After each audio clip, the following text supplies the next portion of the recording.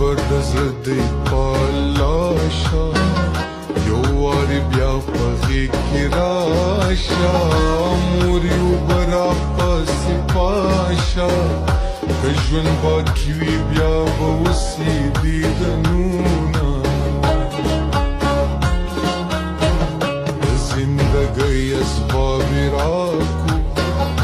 د عاشقۍ خطاب یې راکړو